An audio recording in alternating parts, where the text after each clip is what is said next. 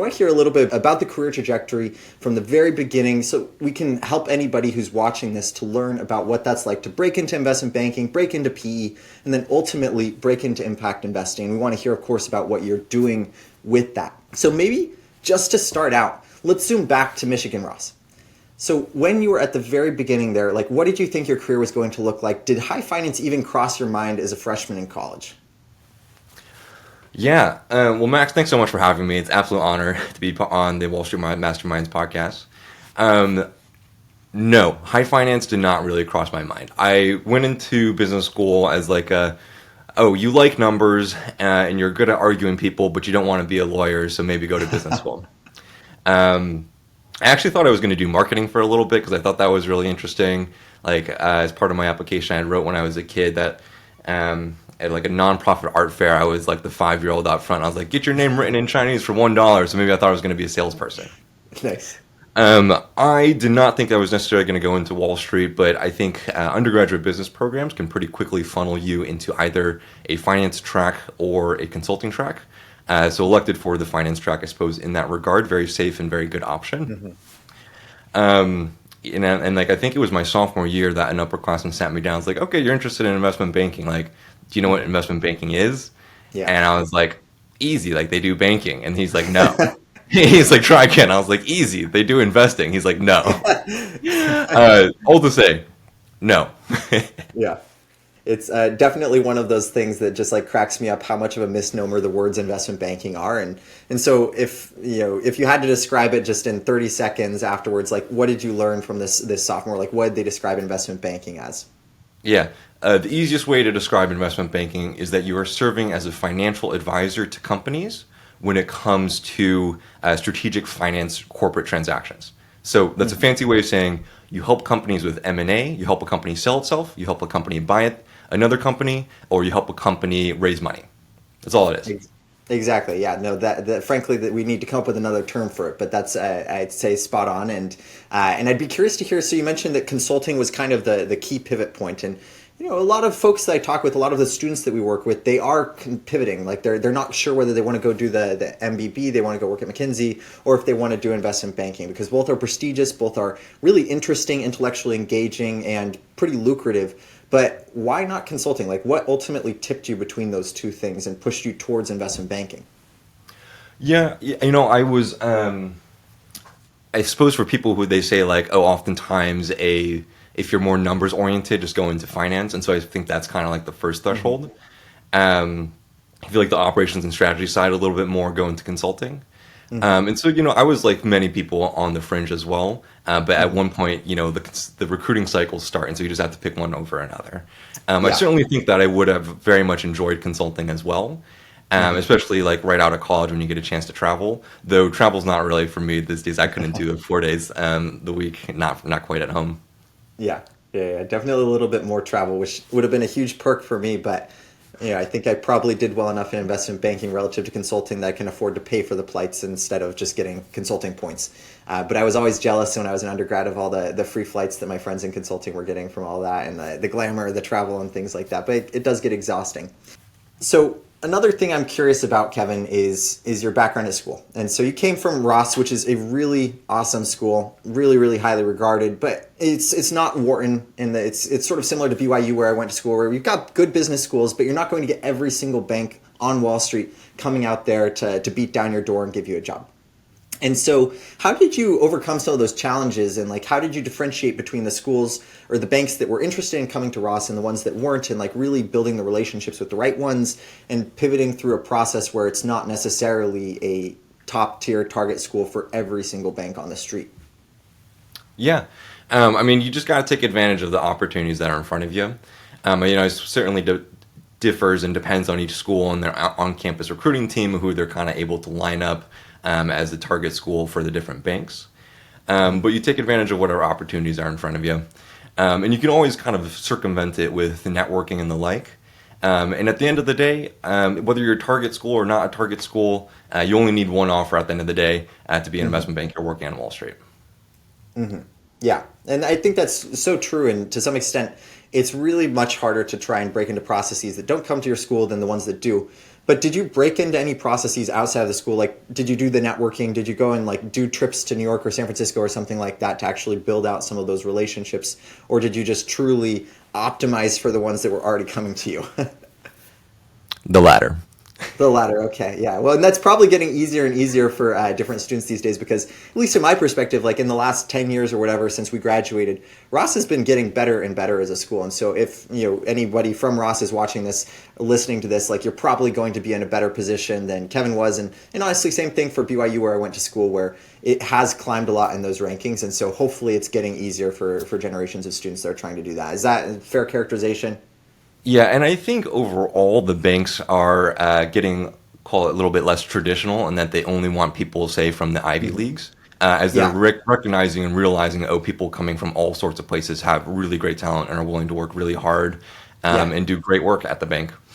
Yeah, exactly. And honestly, some of the best students that I've worked with when I was a banker, like hiring analysts and hiring interns and things like that, were the candidates coming from non-target schools. Because the best kid at like UT Austin or something like that is often better than the average kid that you get from a brand name fancy school that's maybe a little bit more of a quote unquote target. And so 100% agree. obviously, yeah, there's like a little bit more of a fire sometimes, and I certainly felt that myself as a candidate. And I think it pushed me to try my best and really hopefully outperform. But what approaches to networking or storytelling did work for you in terms of getting noticed? And so you were focusing primarily on the banks that came to campus and whatnot. But how did you stand out even amidst the pool of, I imagine, 100 plus candidates that were trying to get into investment banking at Ross? Yeah, two things come to mind.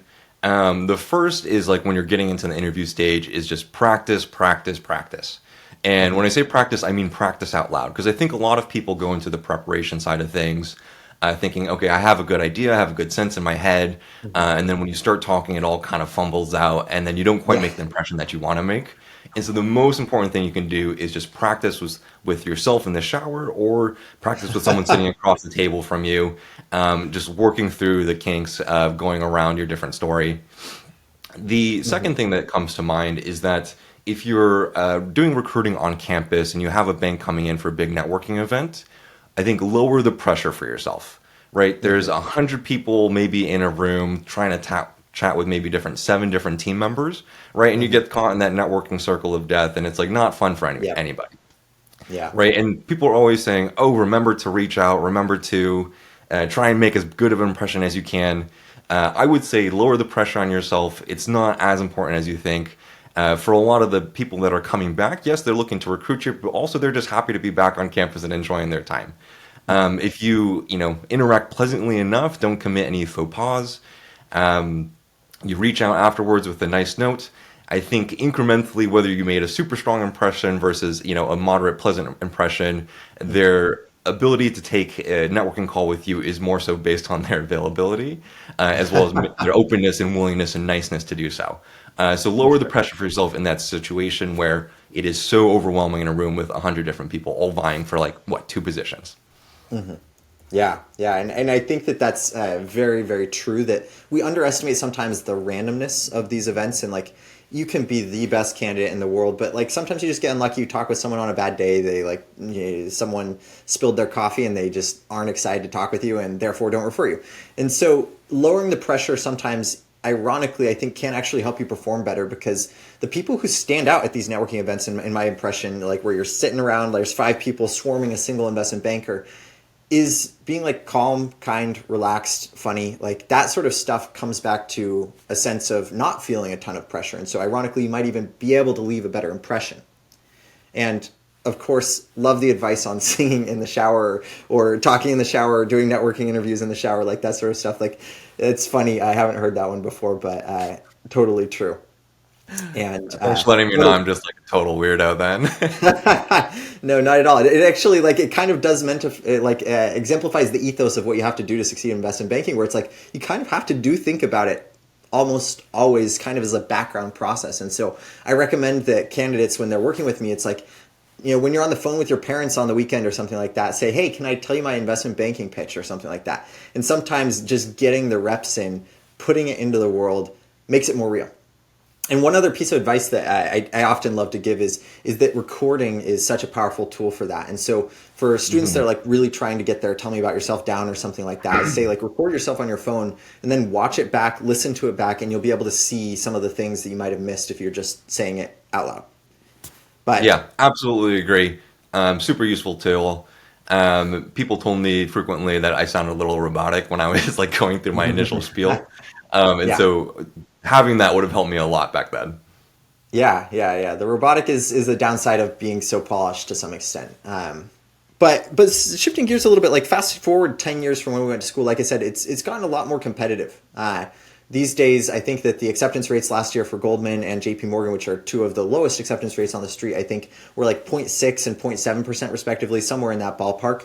And back when we recruited, it was probably 5 times that or something like that, maybe even 10 times. And it was certainly hard. And I think we did a good job recruiting for investment banking and getting into the positions. Guggenheim is like incredible placement. And so clearly you crushed it. But today it's probably even harder than that. And so what sort of advice would you give to someone coming from a non-target or like semi-target, really good school like Ross that's facing an even harder recruiting landscape than you and I faced? Yeah, a couple things for sure come to mind. Is that focus on what you can control. Whether a bank wants to recruit at a particular school or not, right, is not always within your control. Whether the campus recruiting lead, is flipping through resumes and is picking yours out of the stack or not is not something always you can control. Of course, you can have support in that networking. But I think my big message for folks that are recruiting, especially from non-target backgrounds, the first thing is I would say to you is like, don't ever feel out of place in the position you're in or the interview that you're going in compared to other candidates, right? I think for myself, I was kind of psyched out. I was like, oh, there's people interviewing from Harvard, there's people interviewing from Princeton or Penn. Like, oh, they're obviously going to get the job over me. Like, what do I have to bring to the table? And I want to say to you, like, very specifically, don't buy into it. You belong there just as much as anybody else does. And I think that you'll recognize, like, when you get to the desk, right, like, everybody's in the same position of learning and trying to engage. And when you get into each next progressive step in your career, you kind of realize, like, the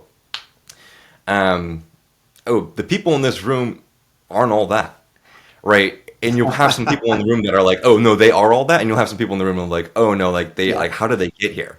And every single Yeah. stage of your career, you're going to feel that way. So don't ever feel out of place and that you can't, there's no reason that for you not to be there.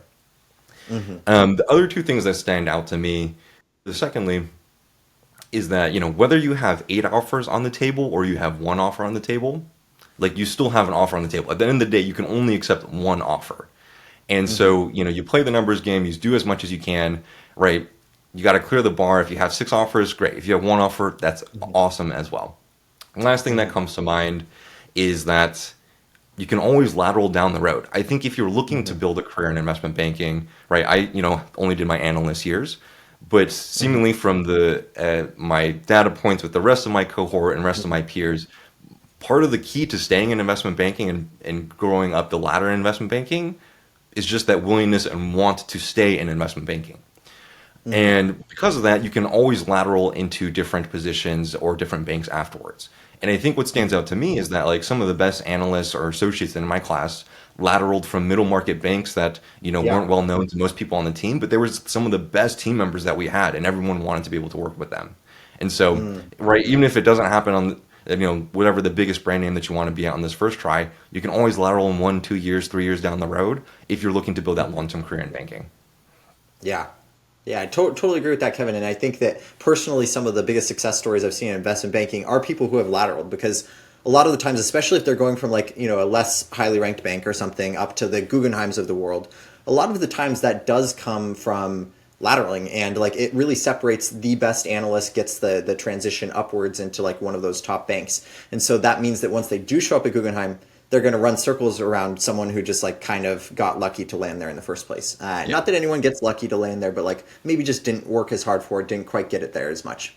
But totally agree with the sentiment broadly that you were just sharing about not feeling like you're out of place, not getting that imposter syndrome. Because realistically, the difference between someone coming from a non-target school and someone coming from a target school is just that you have to work harder.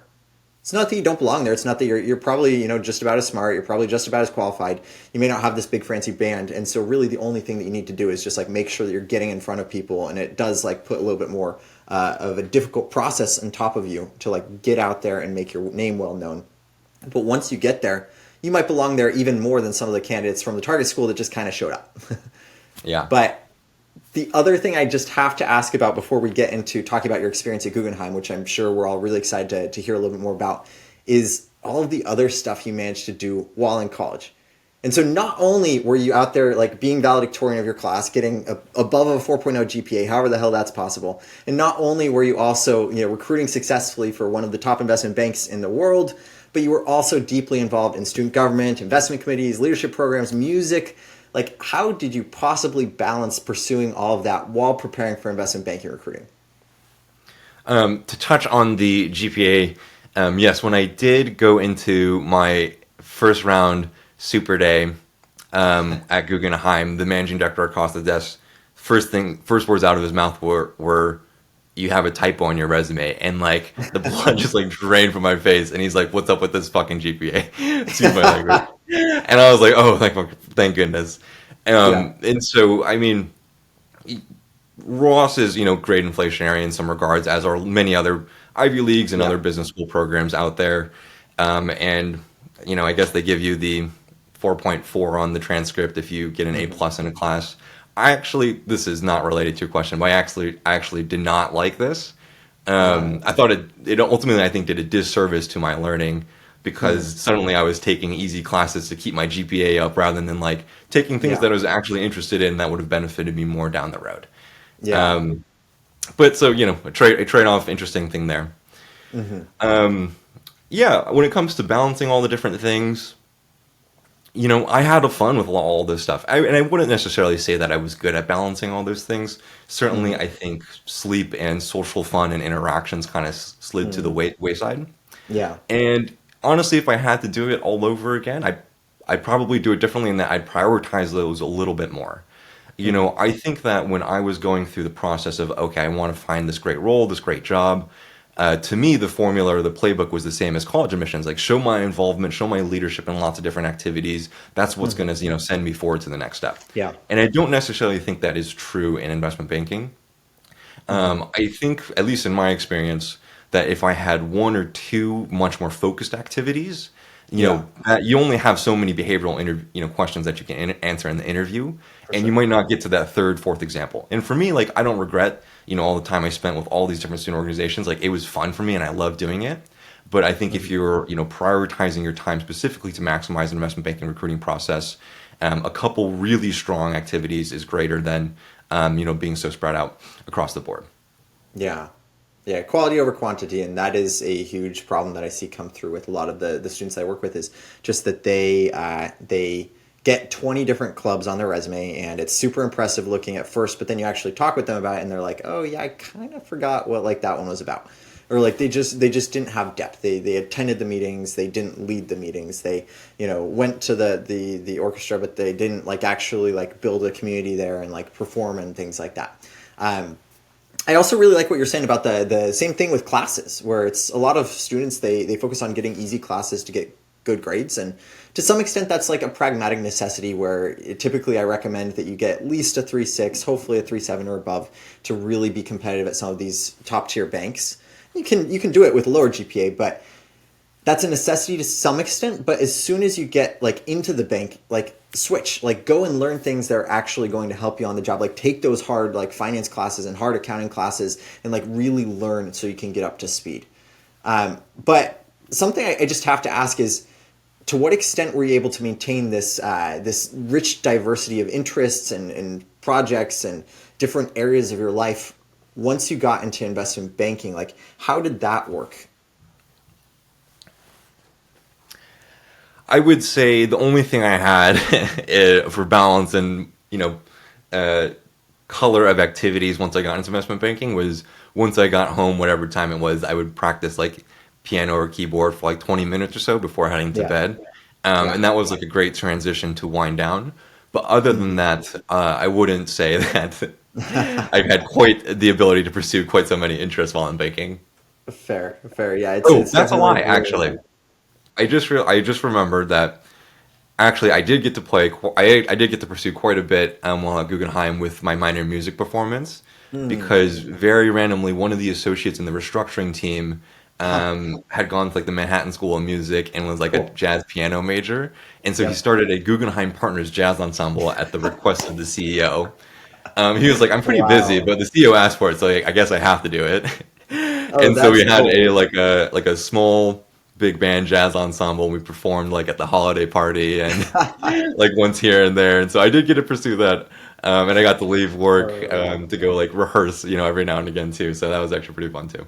Oh, that's incredible. I've literally never heard of that happening in an investment bank, but that also kind of says something positively about the culture, perhaps, at Guggenheim, the fact that they work incredibly hard, do really cool deals, and then you got a jazz ensemble. So that's the takeaway, I think, for everyone here is like go join your bank's jazz ensemble.